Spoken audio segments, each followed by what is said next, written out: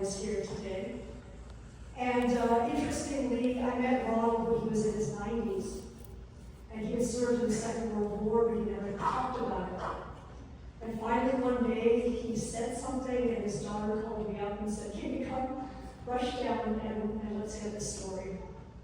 So we had a really good conversation. I learned a lot about his experiences, and we got little bits of glimmers of what it was like during the time that he grew up. But what's interesting is that he never talked about his war experience. And then when he passed away, his daughters called me up and said, "We found in his, I guess it was his sock drawer or something like that. His wallet. His wallet, an array of photos from the Second World War, of which you see one here, very weathered looking tired, and that little card, his CR-45 card. And yet he had talked so little about the stories that were connected to those things. So, as some of you know, that when I started on this project, back after finishing another project, I knew that the Exclusion Act was coming, and the anniversary was coming, and I knew there were all these documents that were associated with interesting photographs on them, and my idea was I was going to do a photographic exhibition using the photographs off of the CI certificates. And then when I started to go and collect those items from across the country, and I would ask people, "Well, tell me a story, tell me what you heard about what your father or grandfather or grandmother went through during that period of time of the Exclusion Act." I was met with overwhelming silence. Most of the Chinese Canadians that I dealt with, who were direct descendants of this law, could tell me nothing. In fact, many of them said, "Is that the same thing as the head tax?" Or, "I don't know what this document is, we almost threw it out. We don't know what it means." And so within one generation, we had lost a story of a monumental chapter in Canadian history, not just Chinese Canadian history, but Canadian history. So that changed everything, and I won't go into the details of how complicated it can get, but I had so many who came to my rescue to help out, including Dr. Henry at UBC, who's down back there somewhere in the back, and his help was key, and the work of Naomi and Victoria and Andrew and all the students that Henry brought, because I realized it was not going to be a photography exhibition now. It was going to be the 100th anniversary. There never was a time to find the real story of what really happened to people. It was the 100th anniversary. If not then, if not now, when? And that started a whole different project, which became monumental and big, but it was really a process of discovery for me, and has forever changed who I am. So the book starts off with a preamble about how I got into this to begin with, and then it moves into a section called The Arrival of the Cruelty Act. In the exhibitions, by their nature, a lot goes on to the cutting room floor. We can't fit everything in. But in this case, in the book, we put in a lot more of the backstory of how exclusion comes in. We look at the fight against exclusion. There were actually two fights. The fight of our community against the Exclusion Act itself, and then a second fight. So the first fight is against exclusion and the act. And these are the kinds of newspaper headlines that people were reading at that time. Chinese immigrants to Canada to be registered and fingerprints taken. Right? There was this idea that we only do that for criminals. Why us? And then we have information and articles which look at how the Chinese fought back, the kind of things that they were meeting, and then they went to the Senate, and then they were ignored. There's this article here, Senator, which says that basically the dossier that were given to all the senators it's 2 pages, you can't read this. You imagine how soul-crushing that would be to go all the way there and then you're not even paying attention to? Then we look at the fight against the registration. So as you know, the app comes in, and then people have 1 year to register, and that registration becomes the second battleground. And then we have articles like these. These are what, for those who are Chinese, are what our ancestors are reading. RCMP will round up Chinese for registration photos. And you imagine how what's going on in your soul at this time? Like, God, we're unwelcome. What's going to happen to us? And we look at also the other articles that were there at the time too about how bitter it's the registration that becomes a bitter point. And it's bitter partly because it's also going to be including children who were born here. Some families, they were already into their second and third generation here, but they were all to be registered and photographed and interrogated and paperwork created on them. And there's some of the other articles that we look at. So we do a better job than we did in the exhibition of setting up the background of what happened. And this is an example of how all the children are now photographed, and this is like Ronald Lee, who are now given a certificate. We also find that most families wait till the very last weeks to get their children registered because they're hoping that they won't have to. And we go on and we look at the first guy who ever registered. He was an autograph. His name was Harry Hamilton, believe it or not. We look at another story of a fellow who shows up in Calgary and he's thrown in jail because he's not a merchant and he came in as one. And then we look at, this is a rare one, it's actually, it's a white child who gets registered because he has been adopted by a Chinese father. So all of that is setting up the backstory to this.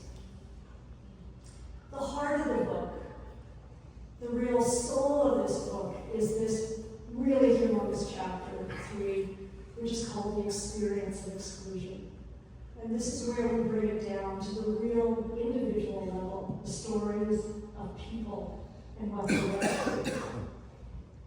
Now, this was the hardest chapter to work on, and I have to thank Naomi and Brenda and everyone who worked with me to try to narrow down what stories we took. We have over 700 certificates and stories in the archive at UBC. So naturally, we couldn't put every story in. So what we started to do is to look for themes. What are the different themes that keep reemerging in all these people's lives? And then we started to look at also, of course, this was a national story. So how do we cover what happened in places like Montreal and in Newfoundland and in small town Ontario? And so we made choices based on how we could represent the country and the experiences of people. But basically, this chapter is divided into two. And the first part is to look at those who we call the defeated. These are the stories that were truly lost, that no one remembers, and that we only came across quite by accident. And we followed their paper trails, trying to find out what happened to these people. One of the things we discovered, and we talked about this in the show, is that so the Exclusion Act comes in July 1st, 1923, people have 1 year to register. And in that 1 year, all sorts of crap starts happening, and people start to react to what's going on. And first was these newspaper articles where people are saying goodbye to their friends. We find in the archives people asking for money to return home. So these are people who are defeated, like this message here from this guy. I've lived overseas for several decades, rootless and drifting. Now I'm almost 70 years old, struggling with sickness, poverty, hunger, and homelessness. My heartfelt thanks to all my friends and relatives for funding my journey back to Canton. I can't even express my gratitude enough. But I find it's interesting. Some of the other ones will say, I have, survived in places where I don't belong. So each of them is revealing to us in some small way what it was like to be here at this time. Then we find this story here, Oops, I'm going to read part of it. This, for those of you in the back, it's a newspaper article that says Lethbridge Chinese gives away all his early goods. Hope I can find it. So on April 4th, 1924, Long Woe of Lethbridge, Alberta, had a fit of temporary insanity. He threw open the doors of his silk goods store and invited anyone passing by to grab whatever they wanted. Pandemonium ensued, and crowds stormed the stores, hauling away bolts of silk, fabric, and other goods. The police were called to halt the looting. Wu was carted out to the station, and their initial assessment was that the mild, middle-aged Chinese man was having a reaction to some kind of drug and alcohol mixture. Wu had spent the previous 10 years working on a farm outside of Medicine Hat, Alberta. In the spring of 1923, so keep that date in mind, spring of 1923, he decided to open a small store in Lethbridge. He called his business Oriental Silk Goods, and he began offering an array of fine silk items, all imported from China. It is not clear why Wu made the leap from farming to store owner in 1923, but perhaps he believed that by opening a store that imported goods, he would qualify for the status of merchant. Moving up to that class of Chinese immigrant would normally have meant his wife could join him in Canada without paying the $500 head tax. He would have been acutely aware that the impending Exclusion Act would soon foreclose any possibility of family reunion. Whatever his motivation, Wu's time was off. Just as he opened his store and paid for a brief advertising campaign in the local newspaper, the door on Chinese immigration slammed tightly shut. And by 1924, the registration was a lost cause. I'm skipping over here. We don't know what led the 40-year-old Wu to suddenly snap, but he had no previous record of mental illness. It was Wu's CI-44, so that's the picture of his registration form, that allowed us to learn what happened to this broken man after the great giveaway at his store. He was shipped to the Provincial Mental Hospital in Pinocchio, Alberta. He remained a patient there for almost 2 years and was released in February 1925. He never returned to his silk goods store, and instead, the 1931 census shows him living in Medicine Hat and working once again on the farm. And as many of you who came to the show know, there was a whole rash of men that in that 1 year end up being admitted into mental health facilities. Men who had been here a long time. It's not like they just got off the boat. They had been here years and endured a lot. But it's the Exclusion Act that brings them to their knees. And then, as many of you know, we also found a lot of suicides happening in the same period. Again, these men have no descendants by which they can be remembered or their stories shared. And we find them through a different paper trail, which is the newspapers. And this is the first fellow we ever found. And he dies, he takes his life and hangs himself here in Vancouver. But he is one of the many stories we're finding. So there's more stories, but we look at those who were defeated by it, and we owe them some of our time and attention and heart, because they really paid a terrible price for that act. And then we move on to the survivors. And this is a real mix of stories. So some of these are tragic, and some are funny and quirky, and it's just a real wide range of things. We look at marriages, mixed marriages, and what happens in those relationships, and the price those couples often pay for that mixed marriage. what happens when a Canadian woman marries a Chinese man and losing her whatever nationality she has of being Canadian. We look at stories of marriages where young women who are Canadian-born are actually forced into marriages with much older men who have been born in China. And this is a really interesting story that made headlines, which is Irene Lee, also known as Annie Key. And some of the stories, because she wanted to get out of that marriage.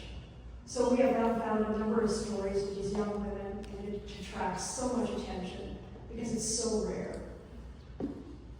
We also look at family tragedies. There were so few families here. And so when something did happen, it could be catastrophic to a family.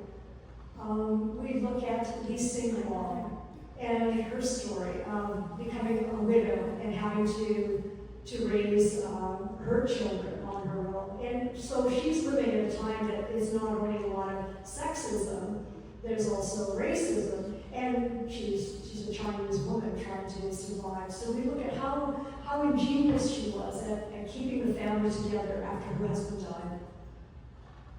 Another story that we look at is what happens when both parents die. And this is a family which is a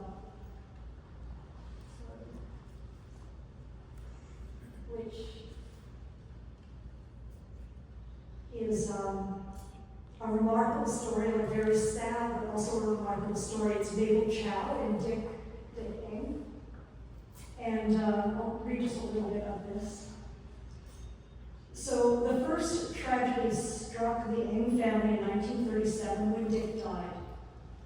2 years later, a second misfortune came when Mabel's health began to fail.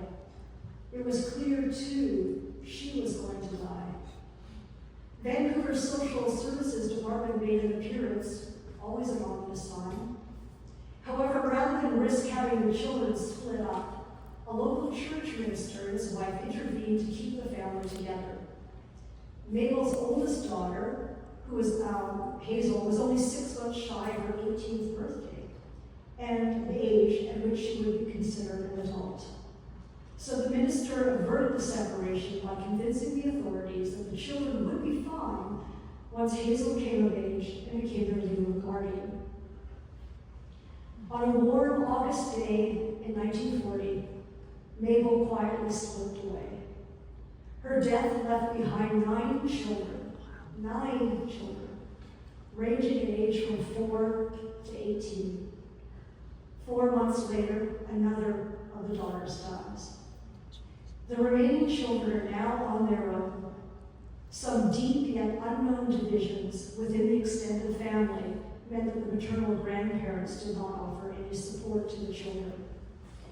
Fortunately, kind-hearted people pitched in to help.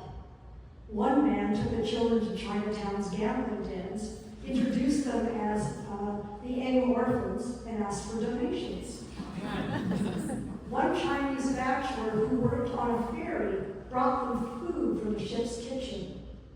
Another man who was employed in a brothel rode the streetcar to bring them groceries. Kindnesses like these from bachelor men who had little themselves helped the family pull through. And that's So we also look at a family that loses half their children. They have 10, and half of them die in a very short period of time, and then the wife dies, and yet of those 5 children that are left, 4 of them offered to serve for Canada in the Second World War. We also look at stories of rejection and racism. From Johnny Schuin, who had to sit at the back of the bus and was often teased in his work because he was the only Chinese guy on the work crew, to Bill and Jack Wong, who many of you know, who both had degrees, engineering degrees, but could not get work at the city or any other place, and wound up running a tailoring shop till their 90s. To a fellow in Moose Jaw who remembers telling his grandchildren that There was a time in Moose Jaw where all the white people were wearing a button that said purely English. Now there's more to the story when you read it, but. And the story we found in Gleason, Little Gleason, Alberta, of Yin Fun, who got really, really sick, and no white doctor would treat him, and he was on the point of death. And it was actually the indigenous band that was right in that area who had met him in the restaurant and who took him in and actually nursed him back to health. And he was forever grateful all his life for that. To this story, which is about Sue Hoon Day. Victoria never remembered this one. We called it The Last to Be Served. Sometimes racism expressed itself in subtle ways that could humiliate and sting. Sue Hoon Dang was the mother of seven children and helped at her husband's tailor shop in Vancouver's downtown east side. In the neighborhood was a large, bustling department store called Woodward's, a landmark in the city. Joe Dang, one of Sue Hoo's sons, remembers, quote, "There are vivid recollections in my mind as a youngster, and still clinging on to my mother's skirts as she tried, in vain, waiting in a shopping crowd for someone to serve her at Woodward's counter department store. She was constantly bypassed until there was almost no one left. Race discrimination was very prevalent, and the sight of her vainly trying to attract the attention of the clerks as they continued to ignore her lingers in my heart and is still devastating and disheartening to me.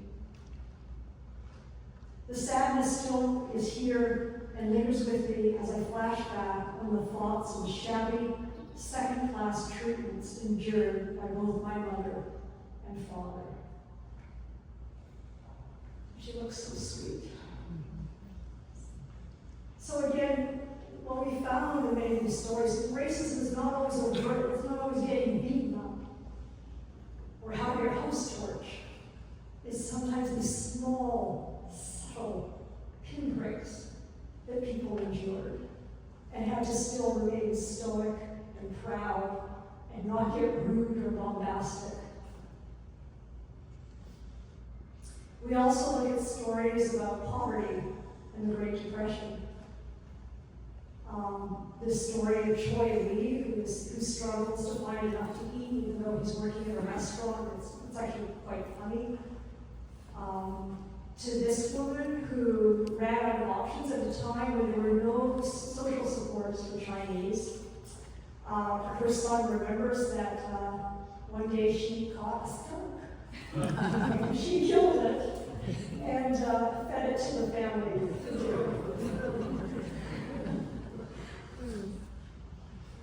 To Chen Sing, who was a man who was very successful. He was actually in our exhibition, but his story is very much, he did everything. He came from the railroad and he bought some property, he ran a ranch and he did everything well. He had children, he had a wife, and in the Depression, he loses it all. And you imagine what he might have thought at the end of his life, after all that he had been through, that there was nothing left to leave his children. And he winds up in Vancouver. And we also look at the many stories of those who adapted, including this guy, Dan Lee. I love his story, it's sort of fun. He just really wants to fit in. He's living in Owen Sound, and he learns to fly fish, he learns English at the time when no one's really teaching English, but he learns it, and he learns how to pull maple syrup, and he does everything he can to blend in and be like everyone else. To this guy, Jack Love from Vancouver, who lives so frugally. He doesn't even have running water, and he saves every bit of money that he can. But he winds up being so wealthy, even though he's frugal, that he winds up having a lot of people owe him money. And the lovely part of the story is that when he dies, in honor of him and his generosity, his family forgives the loans that people owed him, the money people owed him.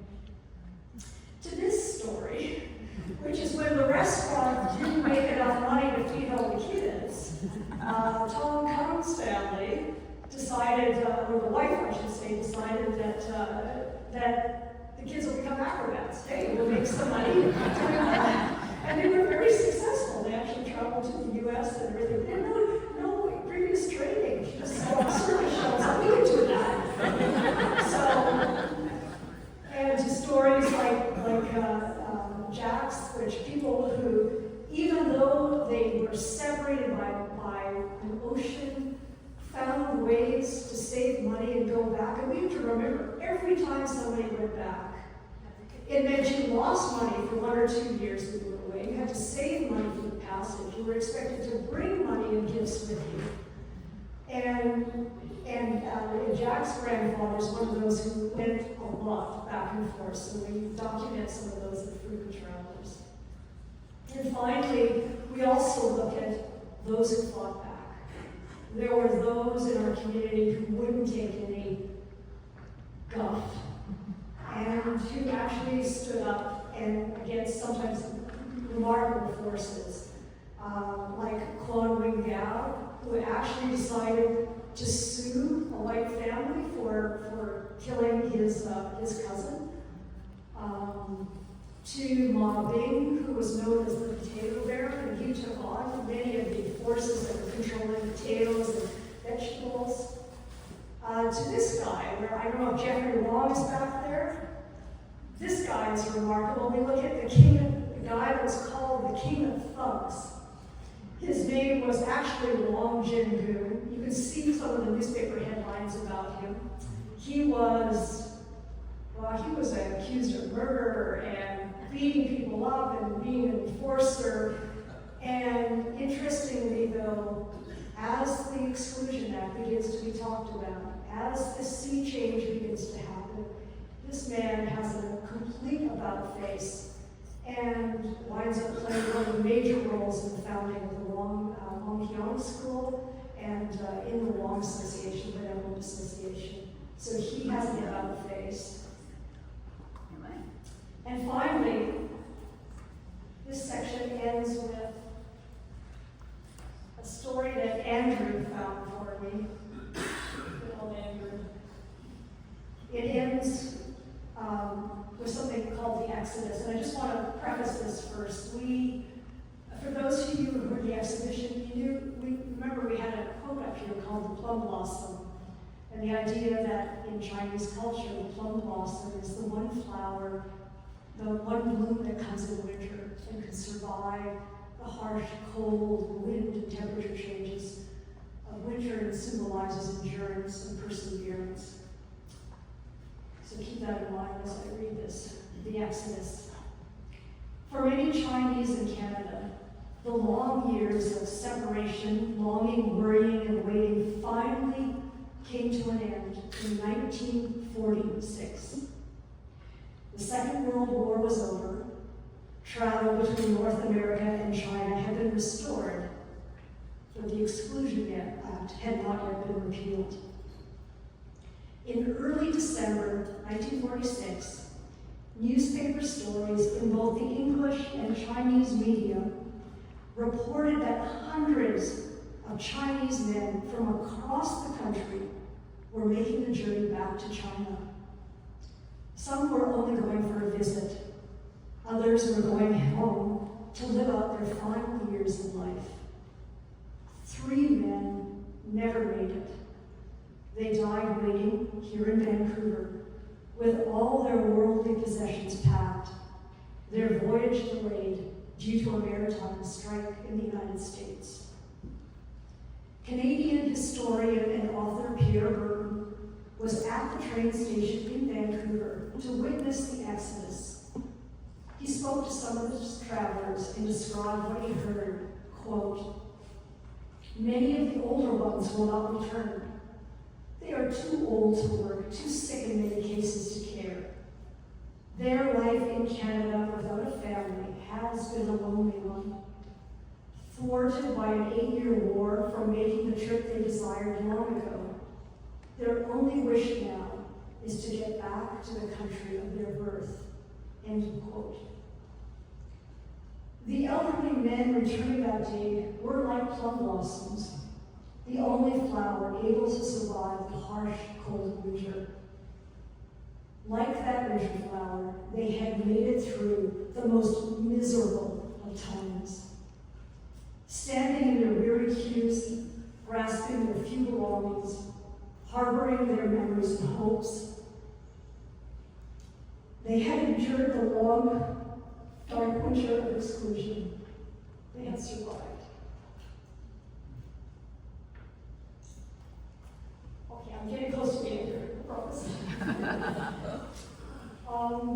Next chapter, chapter 4, is a very important chapter because it's the chapter that pivots the whole story. It's called Sowing the Seeds of Change, and it's about the war. And something so ugly as a war actually is something that began the big change for the Chinese-Canadian community. And so in this chapter, we look at a variety of stories of different men and women that served on the home front in Europe, in Asia, in the clandestine operations. We even look at some of them who wound up in the United States, serving for the military there. We also look at how, once the war is over, some men, like the men who worked in Force 136, were just left, just abandoned. There was no, troop ships to take them back home, and they were told, well, you guys got to find your own way back. And this is a picture of Henry Wong, and he's, the way they got back was they would flag down cargo ships and say, well, we'll work for you, we'll be deckhands if you could help us get back to Canada. And yet these were serving soldiers. We also look at loss for families. This is two different brothers, Brandon Louis' relatives, Ernie Louis and his brother Quan Louis, and one comes back and the other doesn't.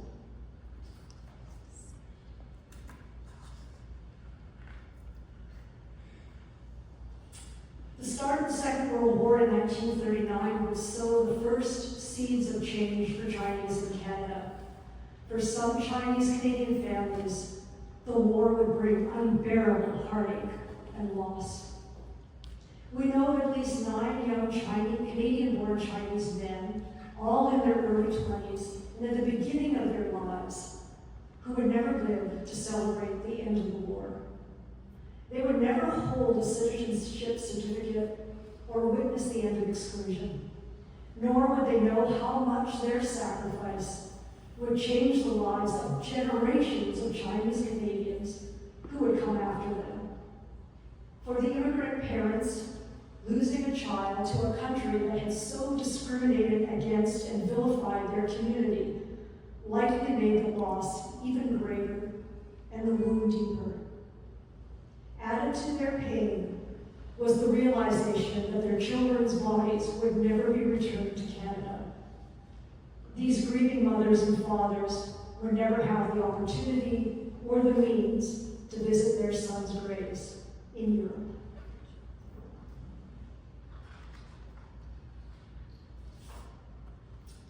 At the end of the Second World War, the Chinese community could proudly look back, knowing they had done their part for Canada. The community had purchased large numbers of victory bonds to support the war effort. They had helped build the aircraft and the ships, and helped make the ammunition needed for the battlefront. They had recycled their metals and rubbers. They had patrolled neighborhoods, stood on watch over sea lanes, and been ready in the event of an invasion. More importantly, their sons and daughters had served the country with distinction. For a brief period, Chinese Canadians felt accepted, wanted, and valued. For Alex Louis, who served in the Canadian Army, becoming a soldier was transformational. I'll read the quote for those who can't hear. This is his daughter, quoting, "When he put on the soldier's uniform for the first time, he felt like a free man. Before that, he told me he woke up every day like someone was physically kneeling on his chest, like a crushed person who could never dream of being free." What is behind that? What was that experience that you would actually describe that to your daughter? The successful fight against tyranny and racism on the battlefields of Europe and Asia was both empowering and radicalizing for the Chinese Canadians who served overseas. However, when these soldiers returned to Canada, once again, they returned to being second class. Nothing had changed at home. Most Chinese Canadians could still not vote. Chinese still remain barred from countless career opportunities and robbed of citizenship rights and having a voice in their country. Consequently, the end of the war was the beginning of two new battles for Chinese Canadians: the fight to obtain equal rights and the fight to repeal the hated Chinese Exclusion Act. So the last chapter is something that I didn't do as much work on in the exhibition, but I felt it was important to bookend the story with the aftermath of exclusion. So we do look at the fight for repeal, what happened there, how that took place. And then we look at two different groups and how exclusion lingers even when it's over. The first is the forever bachelors, the men who in the end never returned home and never reunited with their families and had worked all their lives. I mean, what most of them shared was poverty, that they had, I'll just read quickly. We learned that some of these men were too ashamed to return to their families as poor and destitute men with little to show for their years in Canada. Others had spent so much of their lives away from China that they now felt like foreigners in their homeland and strangers to their wives and children. Still others had simply resigned themselves to staying and dying in Canada. They had been here for so long that it had become a form of home, albeit not always welcoming. These bachelors grew into old men and took their last breaths on Canadian soil. Sadly, with no descendants to remember these men, their stories have disappeared, gone silent. Yet some of their gestures of kindness or their eccentricities live on in short, postcard-like memories of those who encountered them long ago. And so we have a whole series of really sweet memories of Jubart Tang, who was actually, even though he wasn't a relative, he was like Gum Gum, which is uncle, grandfather, and Doreen talks about him and what he was like. And this is Yong Siki, who is Elvin, knows who worked in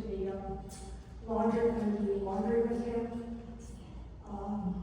Chong Min, or Uncle Mike, was a fellow that 3 different families, children at that time, could remember, and from Newfoundland, and his story. Anyway, it's full of ones. And then we next then look at families in the long road to reunion. And some of you will remember these stories from the exhibition, where we look at that it's been so many years that a child is meeting really a man at the end of his life. And this is Yi Hing Chen. This is how he looked when he first came, and when his daughter meets him, finally. He's a very, very aged man and frail. All those years that he spent here alone. We have the other story that some of you may remember from the video, which is a family that finally reunites, and the son can't bring himself to call his father father. And today, you know, he reads about it, and this man who for all these years worked hard and looked after his family, and then when he doesn't even get the dignity of being honored with being called father, because it's just too much time has passed. It can't be repaired. This is a really lovely story, the gift of reunion, and I won't go into it, but except to say that we solved who's the people in this picture. This is a very well-known picture. That no one knew who these men were, and that story helps to solve this picture. We look at a story from Newfoundland of William Payne, who we have a letter in the book, and he's being rejected when he tries to bring his wife and an adopted son over. So he and his wife never had children, so they adopted a son in China. But he's rejected. Their application is rejected. And we see in his story, the letter, where he's pleading, like this is a guy that did everything right. He was a community leader. But in the end, the wife says, well, if the child can't come, then I'm not coming, and you're on your own. So, and one of the saddest stories is Wang Yu and he arrives in 1902. And all that time, he's working, and in 1950, he applies for his sons to come, and we have the rejection letter, where the government's a little too old now. They're over 18. What we did learn is that a few years later, his wife finally arrived. She arrives in March, and in April, Wang Yu dies. 50 years. And we close off this chapter by looking at what happened much more recently, which were the few survivors of all of this who became what I call the redress warriors. They're the ones who took on the campaign to ask for an apology from the government and to ask for compensation for the head tax.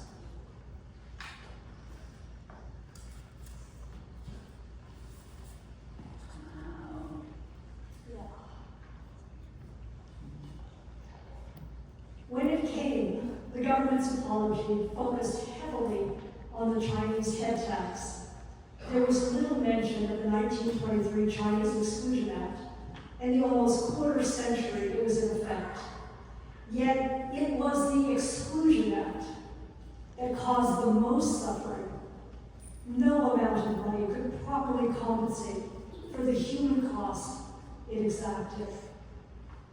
The wounds it inflicted on the lives of those it touched, which lay hidden beneath the surface of assimilation and normalcy, remain a testament both to the inhumanity of the act and the enduring spirit of the community it sought to extinguish from the life of this country.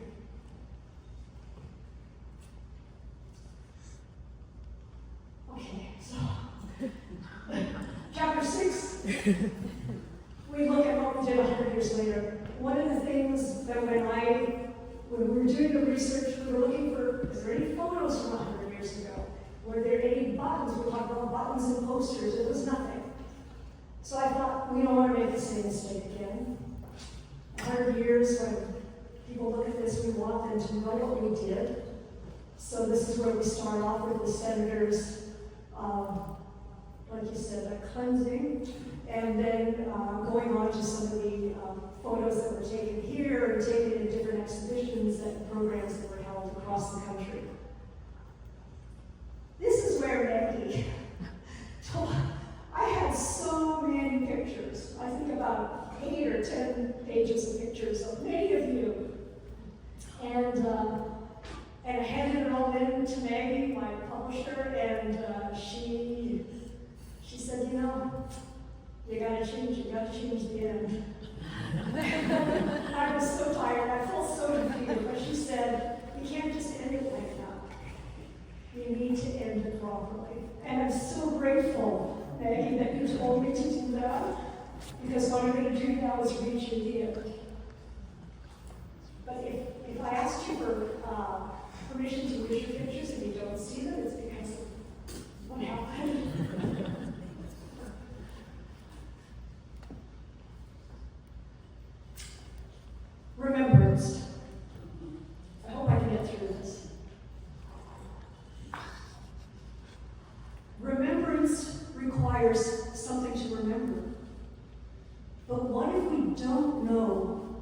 we should remember. What happens when silence extinguishes memory? The paper trail has taught us that silence speaks volumes, and out of silence can emerge whispers from the past. We need only listen. Through this 100th anniversary commemoration, we learned how early Chinese Canadians buried the pain and humiliation of the exclusion years by staying silent. The consequence was that within a single generation, memory was lost, and a monumental chapter in the history of one community had all but disappeared.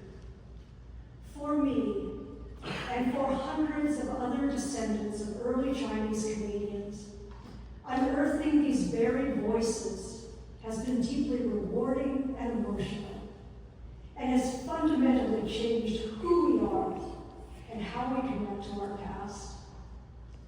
The process of discovery has led us to feel both great empathy for those who went before us and a sense of debt and gratitude to them.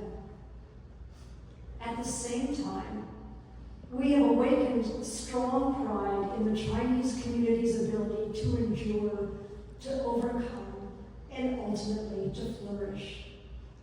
For many of us, the project has inspired an interest in uncovering our family history. For others, buried memories have been revived.